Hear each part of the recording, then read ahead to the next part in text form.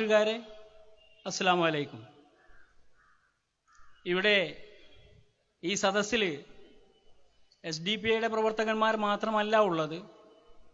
നാദാപുരത്തിൻ്റെയും നാദാപുരത്തും പരിസരത്തും വന്നിട്ടുള്ള നന്മയിൽ താല്പര്യമുള്ള ധാരാളം മുസ്ലിം ലീഗുകാരും CPMകാരുമുണ്ട്. അവർക്കും ഞാൻ എൻ്റെ അഭിവാദനങ്ങൾ അർപ്പിക്കുകയാണ്.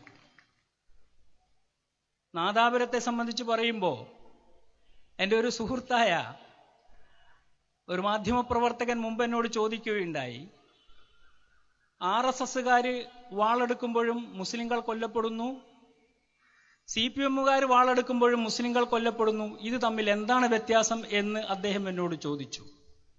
ആ മാധ്യമ സുഹൃത്ത് ഇപ്പോൾ എൻ്റെ മുമ്പിലുണ്ട്. അദ്ദേഹം ഇത് ഓർക്കുന്നുണ്ടോ എന്ന് എനിക്കറിഞ്ഞൂടാ, പക്ഷെ ഞാൻ ഇത് ഓർക്കുന്നുണ്ട്. അന്ന് ഞാൻ പറഞ്ഞ മറുപടി, RSSകാർ അവരുടെ ആശയത്തോട് പ്രതിബദ്ധത പുലർത്തുമ്പോൾ മുസ്ലിങ്ങൾ കൊല്ലപ്പെടുന്നു, CPMകാർ അവരുടെ ആശയത്തിൽ നിന്ന് ആശയത്തെ അവഗണിക്കുമ്പോൾ മുസ്ലിങ്ങൾ കൊല്ലപ്പെടുന്നു എന്നായിരുന്നു. പക്ഷെ ഇന്ന് ആ സുഹൃത്തിന്റെ ചോദ്യം ഏതാണ്ട് അതേപോലെ തന്നെ ശരി എന്ന് ഉത്തരം പറയേണ്ട സ്ഥിതിയാണുള്ളത് എന്ന് തോന്നുന്നു നാദാപുരത്തെ വീണ്ടും കാണുമ്പോൾ. മുസ്ലിം ലീഗും CPM മുസ്ലിം ലീഗും തമ്മിൽ നല്ല ധാരണയിലാണ് പോയിക്കൊണ്ടിരിക്കുന്നത്. ഈ ധാരണ ഭരണത്തിലുണ്ടായിരുന്നെങ്കിൽ കുറച്ചും കൂടി നന്നാകുമായിരുന്നു. പക്ഷെ അതിന് അച്യുതാനന്ദൻ സമ്മതിക്കൂല. ഇനിയുള്ള കാലങ്ങളിൽ ഒരു പക്ഷെ അതും സംഭവിക്കാൻ ഇടയുണ്ട്. ഇപ്പൊ നടക്കുന്നതൊക്കെ തിരശ്ശീലക്ക് പിന്നിലുള്ള ഒരു തരം അഭ്യാസ പ്രകടനങ്ങളും സഹകരണ പ്രവർത്തനങ്ങളുമാണ്. CPM നടത്തുന്ന സമരങ്ങൾ വിജയിക്കുന്നില്ല എന്ന് കാണുമ്പോൾ ചന്ദ്രികയുടെ മുഖപ്രസംഗമനുസരിച്ച് അതൊക്കെ ശരിയാക്കി കൊടുത്തിട്ടുള്ളത് നമ്മളാണ് എന്നാണ് നമുക്ക് മനസ്സിലാവുന്നത്. ഈ നമ്മൾ ആരാണെന്നുള്ളത് നിങ്ങൾക്കറിയാമല്ലോ, ഞാൻ പറയേണ്ടതില്ല. അപ്പൊ ഇങ്ങനെ ഏത് വിഷയത്തിലും ഇതുപോലുള്ള സഹകരണം നടന്നുകൊണ്ടിരിക്കുന്നുണ്ട്. പ്രാദേശികമായി നാദാപുരത്ത് മാത്രമല്ല, പലയിടങ്ങളിലും, കണ്ണൂർ ജില്ലയിലും മറ്റു പലയിടങ്ങളിലും ഇവർ തമ്മിലുള്ള ഐക്യം എല്ലാവർക്കും, സാധാരണ നാട്ടുകാർക്കൊക്കെ അറിയാം, ലീഗുകാർക്കും അറിയാം, കോൺഗ്രസ്സുകാർക്കും അറിയാം, കമ്മ്യൂണിസ്റ്റുകാർക്കും ഒക്കെ അറിയാം. പക്ഷെ അത് നിർബാധം നടന്നുകൊണ്ടിരിക്കുന്നുണ്ട്. അടി നടക്കും. ഉടനെ തന്നെ ഇവര് തമ്മിൽ ഒരു ഫോൺ സംഭാഷണം നടത്തും. മൂന്നാമത്തെ ഒരു കക്ഷിയെ തിരയും. ആ കക്ഷി മിക്കവാറും SDPI ആയിരിക്കും, അല്ലെങ്കിൽ പോപ്പുലർ ഫ്രണ്ട് ആയിരിക്കും. അവർ വന്ന് കച്ചറുണ്ടാക്കി എന്നാ പറയാ. ഈ പ്രാവശ്യം അത് നടന്നില്ല. അതിന് ചില കാരണങ്ങളുണ്ടായിരുന്നു. ഈ പ്രാവശ്യം SDPIയിലെ പിടിക്കാൻ കിട്ടിയില്ല. അതാണ് സംഭവം. അതിന് ചില സൂത്രങ്ങൾ SDPIക്കാരും പ്രയോഗിച്ചു. അതുകൊണ്ടാണ് കിട്ടാതായി പോയത്.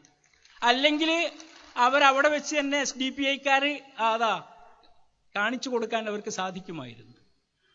അപ്പൊ ഞാൻ പറയുന്നത് എന്താന്ന് വെച്ചാല്, ഇവര് പഞ്ചായത്തുകൾ തോറും അവിടെ നടക്കുന്ന അഴിമതിയിൽ, അതുപോലുള്ള എല്ലാ സംഗതിയിലും കൂറുകച്ചവടം നടത്തിക്കൊണ്ടിരിക്കുന്നത്.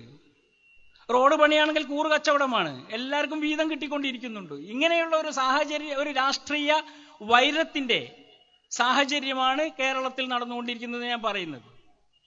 ഇപ്പൊ നാദാപുരത്ത് എന്താ സംഭവിച്ചത്? ഇപ്പൊ അമീത് മാഷ് ഇവിടെ പറഞ്ഞു, ഞാൻ വിശദമായി പറയുന്നില്ല. മുസ്ലിം ലീഗ് തുടങ്ങി വെച്ചു, CPM കൊള്ളയടിച്ചു തീർത്തു കൊടുത്തു. ഇതാണ് സംഭവിച്ചത്. അവിടെ നമ്മൾ കണ്ടത് മുസ്ലിം ലീഗിന്റെ ശൗര്യമുഖം, CPMന്റെ ക്രൗര്യമുഖം. ഈ രണ്ട് മുഖങ്ങളാണ് നാദാപുരത്ത് നമ്മൾ കണ്ടിട്ടുള്ളത്. ഇതാണ് അവിടെ സംഭവിച്ചിട്ടുള്ളത്.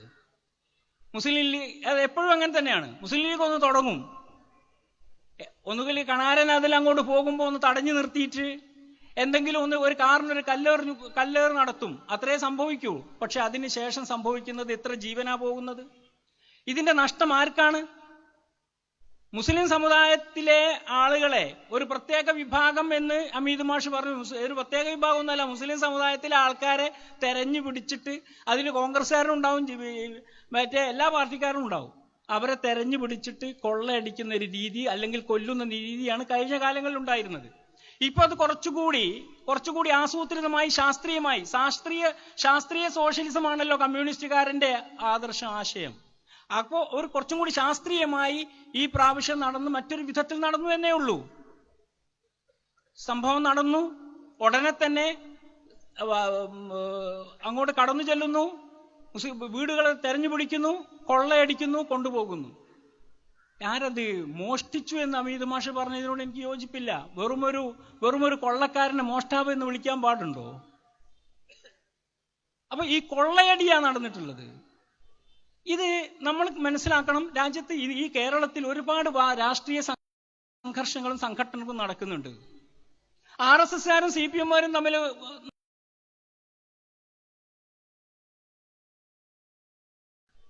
ഇത് നമ്മൾ മനസ്സിലാക്കണം. രാജ്യത്ത് ഈ കേരളത്തിൽ ഒരുപാട് രാഷ്ട്രീയ സംഘർഷങ്ങളും സംഘടനകളും നടക്കുന്നുണ്ട്. RSSകാരും CPM-കാരും തമ്മിൽ നടക്കുന്നില്ലേ? എത്ര നടക്കുന്നു? പക്ഷെ ഇതുപോലുള്ള ഒരു കൊള്ളയടി നടക്കുന്നുണ്ടോ? എന്തുകൊണ്ട് നടത്തുന്നില്ല? CPM-കാർ എന്തുകൊണ്ട് നടത്തുന്നില്ല? RSSകാർ എന്തുകൊണ്ട് നടത്തുന്നില്ല? എന്തുകൊണ്ട് മുസ്ലിം ലീഗുമായിട്ടുണ്ടാകുമ്പോൾ മാത്രം ഈ കൊള്ളയടി എന്തുകൊണ്ടാണ്? ഇതൊന്നും ആലോചിക്കേണ്ടതുണ്ട്. എന്തുകൊണ്ടാണിത്? CPM-ൽ എന്താണ് മാറ്റം വന്നിട്ടുള്ളത് എന്ന് CPM-കാർ പരിശോധിക്കേണ്ടതുണ്ട്.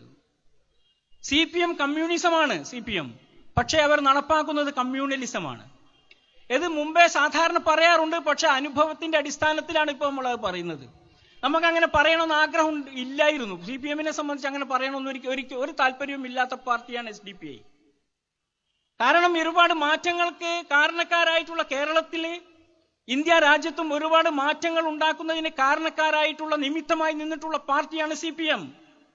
അങ്ങനെയുള്ള ഒരു CPM-നെ ഒരു വർഗീയ വിഭാഗം എന്ന നിലയിൽ ചൂണ്ടിക്കാണിക്കുന്നതിന് ഒരുപാട് വിഷമങ്ങളുണ്ട്. മനസ്സാക്ഷി അനുവദിക്കാത്ത വിഷമങ്ങൾ ഉണ്ടായിരുന്നു ഒരു കാലത്ത്.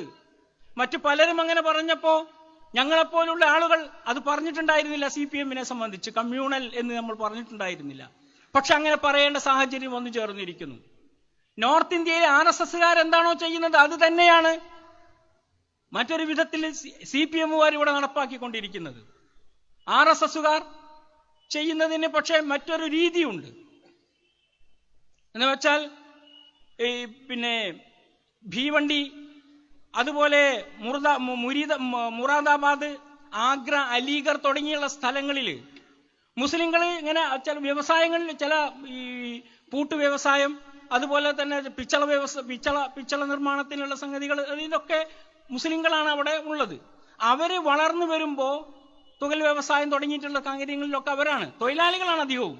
അവർ ക്രമേണ വളർന്നു വരുമ്പോൾ ആ വളർച്ച തടയുന്നതിന് വേണ്ടിയാണ് അവിടെ വർഗീയ കലാപങ്ങൾ ഉണ്ടാവാറുള്ളത്. അടുത്ത കാലത്തുണ്ടായ ഗുജറാത്ത് കലാപത്തെ പറ്റിയല്ല, അതുപോലുള്ള വംശഹത്യയെ പറ്റിയല്ല ഞാൻ പറയുന്നത്, വർഗീയ കലാപങ്ങളെ പറ്റിയാണ്. അങ്ങനെയുള്ള വർഗീയ കലാപങ്ങൾ അവിടെ ഉണ്ടാകുന്നത് അതിനു വേണ്ടിയാണ്. പക്ഷെ അതോടുകൂടി അത് അവിടെ അവസാനിക്കും. അത് മുസ്ലിങ്ങളെ തകരും, സാമ്പത്തികമായി തകരും. അതോടുകൂടി അവസാനിക്കും. വീണ്ടും ഇവര് സവർണ ബനിയന്മാരുടെ അടുത്ത് പോയിട്ട് വീണ്ടും കച്ചവടം ഒന്ന് വരും. അപ്പം വീണ്ടും വർഗീയ.